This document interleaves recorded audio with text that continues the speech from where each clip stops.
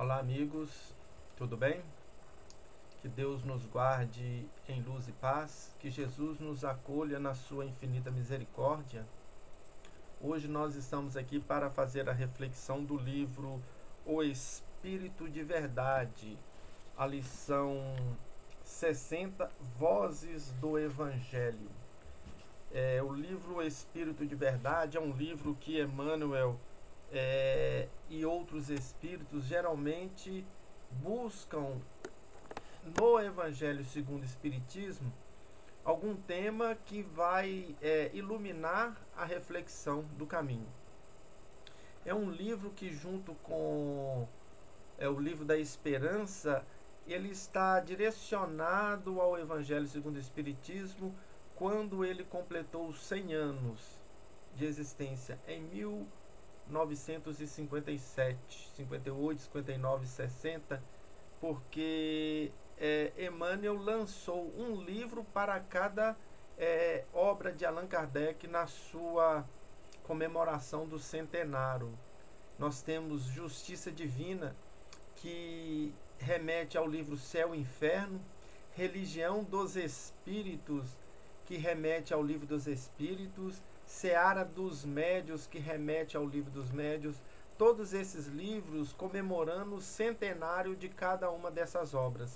E tem um outro livro também que nos remete ao livro A Gênese, mas eu não estou recordando, então eu vou preferir não falar para não cair em erro. Mas a gente tem essas obras referenciais. E o texto em epígrafe que está no Evangelho segundo o Espiritismo é a seguinte: capítulo 11, item 2: Fazeis aos homens tudo o que quererais que eles vos façam, pois é nisso que consiste a lei e os profetas. Fazer aos homens tudo aquilo que desejamos que eles nos façam, pois é nisto que consiste as leis divinas e as revelações trazidas pelos profetas, né? Inclusive Moisés até chegar a Jesus. Essa é uma fala de Jesus. Isso está relacionado àquela lei áurea, né? Não faça para o próximo aquilo que você não deseja para vós. Jesus está nos convidando a ter uma atitude de assertividade no bem. Mas antes da nossa atitude assertiva no bem, ele nos recomenda uma reflexão. Será que esse ato que eu estou praticando em relação ao meu semelhante, se fosse a mim, eu gostaria? Eu me sentiria bem? Eu me sentiria feliz? Eu me sentiria satisfeito, confortado, acolhido, amparado, assistido? Essa é a reflexão. Se fosse de mim que tal coisa que eu estou dizendo me traria paz ao coração, aí nós temos que fazer uma análise mais aguçada dos nossos sentidos. Aquilo que eu observo, eu devo transmitir para o outro ou para a sociedade? Aquilo que eu escuto, eu devo transmitir para a sociedade? A minha voz, a minha capacidade de expressar linguagem, traduzindo meus pensamentos, será que eu devo transmitir tudo aquilo para a sociedade, aliando ao que eu vejo e ao que eu escuto? Tudo aquilo que eu faço é algo que leva valor para alguém, que agrega valor? Os meus pensamentos em relação a determinada pessoa, determinada situação, é um pensamento que agrega valor? A gente está extrapolando aqui o sentido da palavra de Jesus, né? Não faça para o outro aquilo que você não deseja que ele lhe faça, ou só faça para o outro aquilo que você deseja que ele lhe faça. Atos, palavras e pensamentos. Mas nós não podemos esquecer daquilo que vemos, daquilo que ouvimos.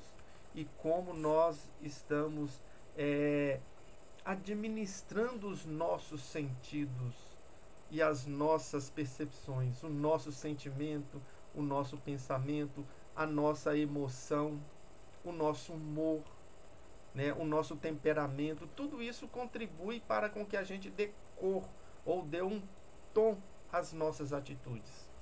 Eu posso falar, eu posso ver, eu posso ouvir, eu posso pensar, eu posso sentir, eu posso ter uma variação de humor, mas será que isso tudo condiz com algo que é pertinente à valorização da vida, do próximo e de mim mesmo? É esse o contexto, mais ou menos, que a gente identifica nessa fala de Jesus, e no sentido mais amplo. E o livro O Espírito de Verdade, que nós vamos fazer a reflexão, Vozes do Evangelho, que é um texto de André Luiz, né? Ele vai destacar certas falas de Jesus ou fatos que estão no Evangelho, né? No Evangelho de Jesus e naquele escopo do Evangelho da primeira hora, né? Vamos ver aqui a primeira frase. Destaque o lado bom dos seres e das coisas. Examine tudo e retenha o melhor. Destacar o lado bom.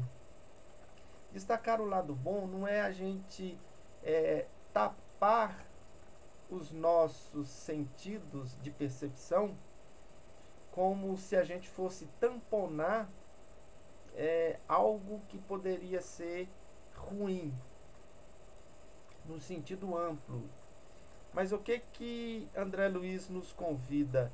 Que a gente destaque o lado bom das coisas, das pessoas, que a gente veja luz, inclusive naqueles espíritos ou pessoas encarnadas que carregam uma carga, vamos dizer assim, de endurecimento muito grande, de revolta, de rancor, de mágoa, de raiva, né, de desilusões as mais variadas possíveis. Essas pessoas têm coisas boas. Há situações que nos acontecem, que são as coisas, né? Tem coisas boas. Essa pandemia que está envolvendo todo mundo traz e trará sempre coisas boas. Nós é que precisamos vamos colocar assim, harmonizar os nossos sentidos com os nossos pensamentos, sentimentos e emoções, né? A nossa variação de humor, né? O nosso temperamento com o Evangelho de Jesus, com aquilo que nos projeta a luz, né? Para que a gente possa ver nas situações e nas pessoas e nos acontecimentos algo que seja positivo, mesmo que venha dor, mesmo que venha sofrimento. São coisas interessantes para a gente colher o melhor, né? Examinando tudo e retendo o melhor. Isso já é uma fala de Paulo de Tarso, que André Luiz utiliza, né? Analisai tudo e retende o que for bom, né? Destacando o lado bom dos seres e das coisas, dos fatos e dos acontecimentos. Vamos analisar tudo que nos ocorre. Vamos analisar com espírito crítico, com o espírito crístico que existe dentro de nós. Não é que a gente vai ser conivente com o mal, com o erro, com o errado. Não, não é isso. É a gente enxergar luz no outro. Porque se nos colocarmos no lugar do outro, como disse Jesus, será que gostaríamos de ser tratado como vamos tratá-los? Vamos pensar nisso. Não valorize o erro. Vença o mal com o bem. Não valorizar o erro, mas vencer o mal com o bem. Às vezes nós estamos tão habituados ou tão viciados no erro que a gente só enxerga o errado em tudo. A gente não tem abertura para ver nas proximidades, no adjacente. A gente só vê aquela questão que deu errado. A gente percebe sempre que o outro falhou, que o outro errou, que o outro fez tudo de novo. Mas a gente não percebe a pressão que ele sofreu, o abalo emocional que ele se encontra, as dificuldades pelas quais ele está passando. Nada disso a gente às vezes observa. E se a gente começar a observar como que nós estamos vivenciando hoje dias turbulentos, não só externo, né, com tudo que está acontecendo, mas interno, nesse momento de transição planetária, é a nossa intimidade que está transformando, não é o planeta que está transformando. E se a gente não focalizar na luz, ficará muito mais difícil da gente ver as leis divinas prevalecendo na nossa vida. Todo mundo está achando que nós estamos vivendo um caos. Isso na nossa percepção humana. O que nós estamos vivenciando é a lei de Deus prevalecendo. Um momento único, ímpar, de conquistar um patamar a mais na nossa evolução, coletivamente e individualmente. Então, se a gente focar só no erro, aí nós podemos pôr esse erro aqui como a escuridão, como as trevas, como o mal, como ele disse aqui. Não vencer o mal com o bem, não deixar o mal prevalecer. Vamos fazer o bem, vamos ser solidários, vamos ser companheiros, vamos estar juntos, vamos propiciar para o outro que ele tenha também possibilidades. Vamos dividir aquilo que nós temos, tanto no âmbito interno quanto no âmbito externo, com as coisas e com o nosso conhecimento, com o nosso tempo, com a nossa vivência, cada um na sua condição. Mais uma. Fuja a impertinência. Não se queixem uns contra os outros, para que não sejam condenados. Afaste da impertinência. Para que a gente vai ficar ali naquela rotina de ficar se queixando contra o outro? Aquela mesma, vamos colocar aqui, aquela mesma picuinha de sempre. Aquela mesma teimosia de sempre. Está na hora da gente sair dessas vibrações. Dar uma alçada de voo vibratória. Alcançar um patamar de frequência que nos retire dessa impertinência, dessa picuinha, dessa teimosia, desse endurecimento. É como aquela história do gato e o rato que vivem brigando, mas não conseguem viver um longe do outro. Parece que a queixa é uma forma da gente lidar com as nossas relações familiar, do grupo que a gente pertence, da religião, do nosso trabalho. É a mesma rotina, aquela mesma visão acanhada do mundo. André Luiz nos convida a fugir disso. Fugir disso no sentido de aumente a sua capacidade vibratória. Modifique a sua frequência. Sintonize a sua vida no bem, no amor, na justiça, na luz, na solidariedade, na fraternidade. Aí você vai estar saindo dessas frequências e alcançando outras maiores. Você estará o quê? Saindo dessa impertinência, desse lugar comum que a gente, infelizmente, por hábito até multimilenar, né? De milhares de anos, a gente vem repetindo. Muda de corpo, muda de nacionalidade, muda de cor, muda de linguagem, muda de continente, muda de planeta e continua o mesmo. Até quando nós continuaremos aquele mesmo ranzinza de sempre? O mesmo impertinente de sempre, né? Vamos lá. Não se irrite. Faça todas as coisas sem murmurações, sem contendas. Irritação. A irritação é um processo do nosso humor. Às vezes nós somos irritadiços. Não se irrite, porque uma pessoa que já alcançou um patamar de ser calmo, sereno, humilde, ele não entra nessas vibrações da irritação. A irritação é aquela variação de humor que a gente tem, né? E qualquer coisa que contrarie, vamos colocar aqui o ego ou o orgulho, pode nos levar à irritação. Qualquer coisa que contrarie, né, a minha perspectiva de vida em relação às relações humanas que eu tenho, eu me irrito. Política, me irrito. Religião, me irrito. Clube de futebol, me irrito. Relacionamento, me irrito. Por quê? Tenho este processo enraizado na minha intimidade. E o que André Luiz nos recomenda? Faça todas as coisas sem reclamações, sem murmurações e sem contenda. Será que a gente tem que reclamar e brigar por tudo? Eu tenho que brigar com os meus amigos porque eles têm opiniões políticas diferentes da minha? Ultimamente a gente está vendo esse processo todo aí. Será que eu tenho que ficar brigando com as pessoas porque eu penso de uma forma a respeito da pandemia e a outra pessoa pensa de outra forma? Nós temos que ficar brigando? Nós temos que entrar em murmurações e contendas? Nós temos que ficar reclamando, falando por detrás, que é o pior, né?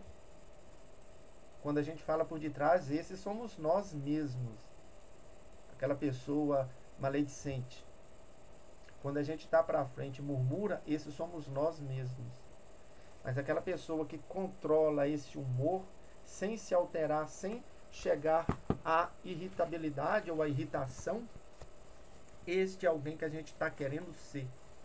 Uma pessoa que precisa ser branda e humilde de coração, como diz Jesus lá no Sermão da Montanha. E isso só vai acontecer o dia que nós passarmos a respeitar o outro como o outro quer viver e como nós queremos ser respeitados. O máximo que eu posso controlar nessa vida é a minha vida, naquilo que tange a capacidade de agir, porque o Evangelho segundo o Espiritismo, no capítulo 5, fala que tem coisas que eu consigo controlar e coisas que eu não consigo controlar. Coisas que dependem da minha atitude atual e coisas que independem da minha atitude, porque vem do meu passado distante, vem da minha bagagem, vem das minhas experiências, vem do meu ser integral. Este ao qual se manifesta nesse momento é apenas uma personalidade, é um décimo daquilo que eu sou. Estou tentando ser um espírito crístico, como isto todos nós estamos, né? Como uma proposta da lei de evolução. E é uma determinação divina. E todos nós seremos um dia um espírito crístico, mas para sê-lo lá no futuro, devemos começar agora, percebendo como somos, como agimos, como pensamos, como sentimos, como lidamos com as emoções, com o humor, com o nosso temperamento, com essas questões todas, né? Vamos em frente. Não imponha. Os discípulos do Senhor se conhecem por muito se amarem. Impor, imposição, ditador. Isso somos nós, quando não aceitamos o outro da forma com que ele é. Nós queremos ditar formas de viver para o outro. Nós queremos impor a nossa forma de viver para o outro. Nós queremos fazer com que o outro acate aquilo que nós pensamos, sentimos e falamos. Somos o referencial da vida? Da vida é Deus. Do nosso planeta, O Livro dos Espíritos deixa bem claro para a gente que é Jesus, o guia e modelo a ser seguido, o modelo de perfeição a ser atingida na nossa humanidade terrena, do nosso planeta. Aqui nós vamos conseguir alcançar a plenitude, se quisermos, se deixarmos as murmurações para trás, se largarmos todos aquele processo de irritabilidades, de orgulho, de egoísmo e uma série de outras questões que vão entravando a nossa caminhada, nos deixando sempre na retaguarda.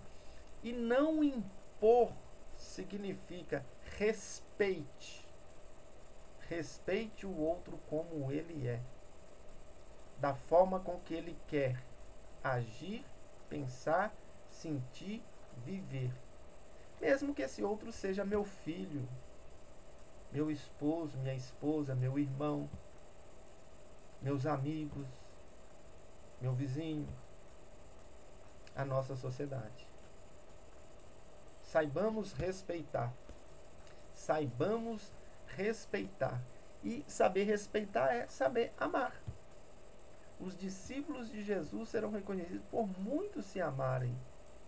E quem ama, respeita, liberta, deixa fluir. Porque quem ama, confia em Deus acima de tudo. Porque o amor é a dinâmica das leis divinas.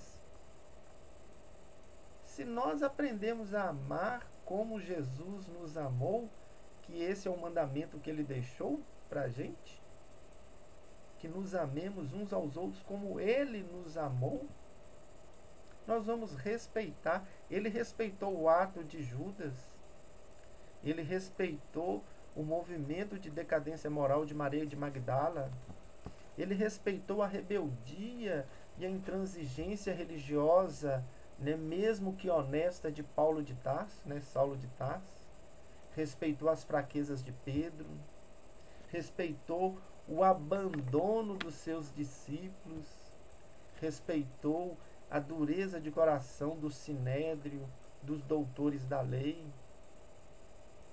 respeitou a nossa recusa ao eleger Barrabás para ser solto.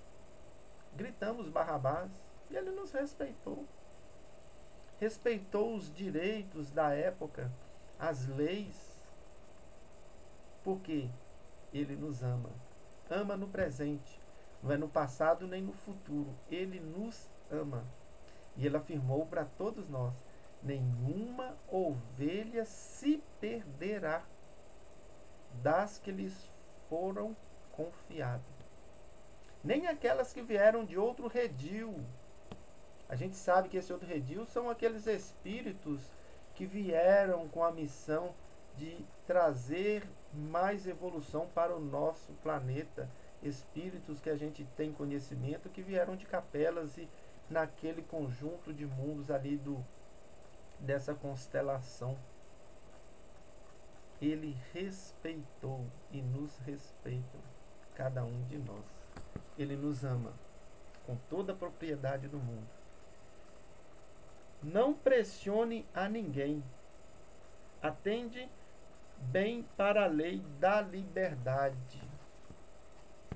O que é que nós vamos pressionar, exigir, encantoar?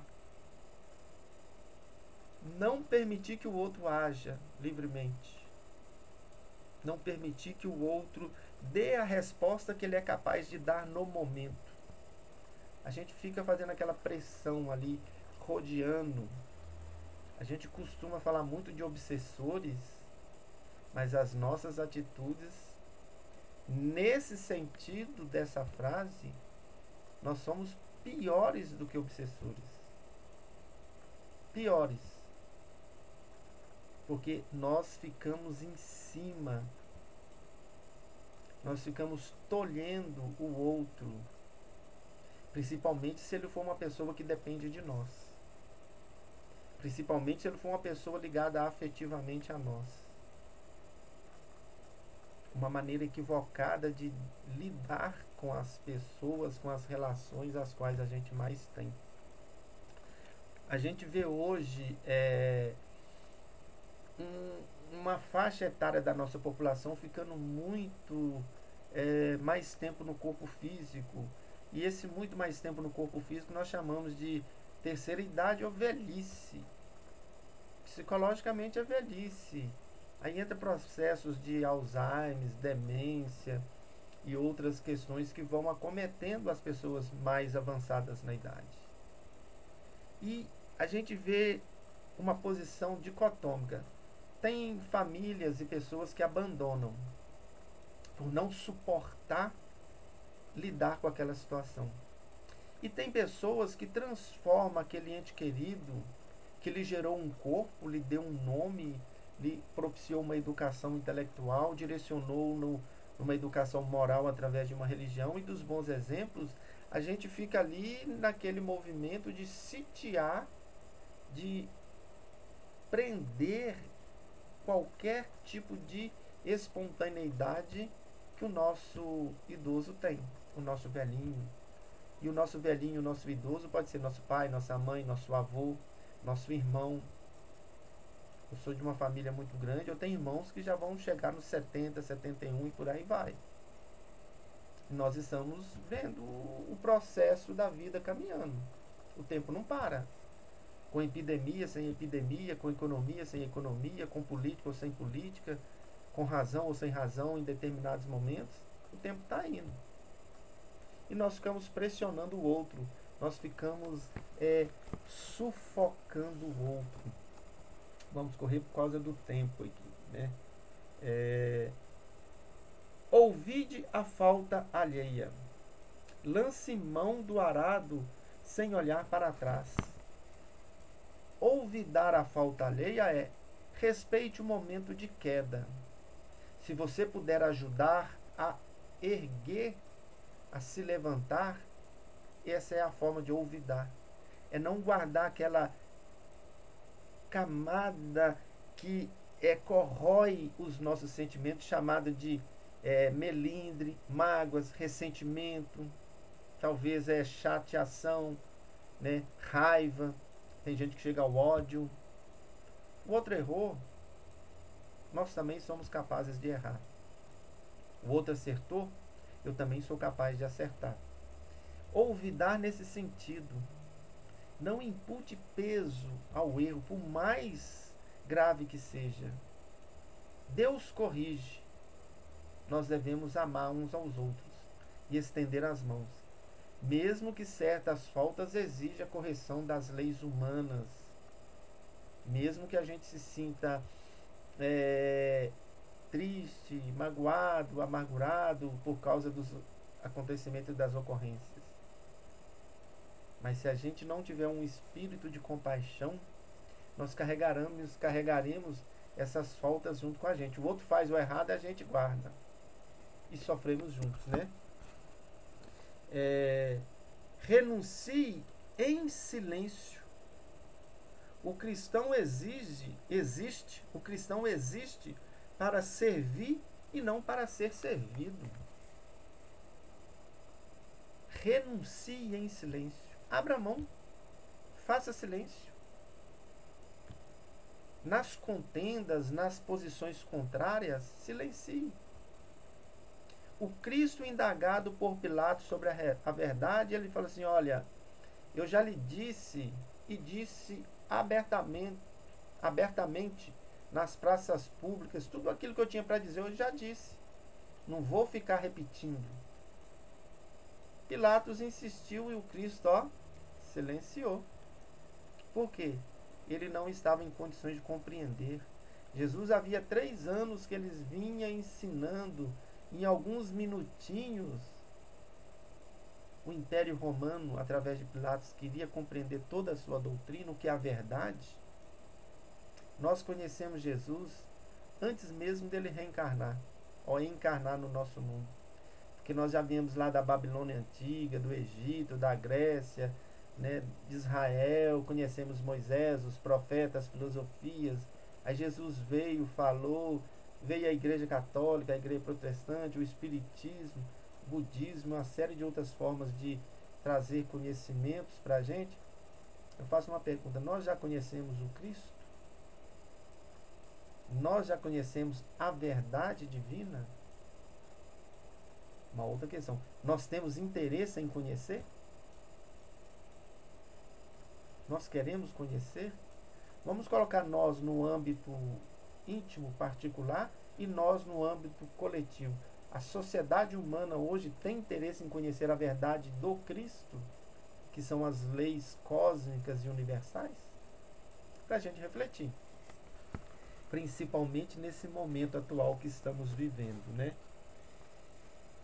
E, finalizando, use a bondade incansavelmente. Todas as suas ações sejam feitas com caridade. Use a bondade incessantemente.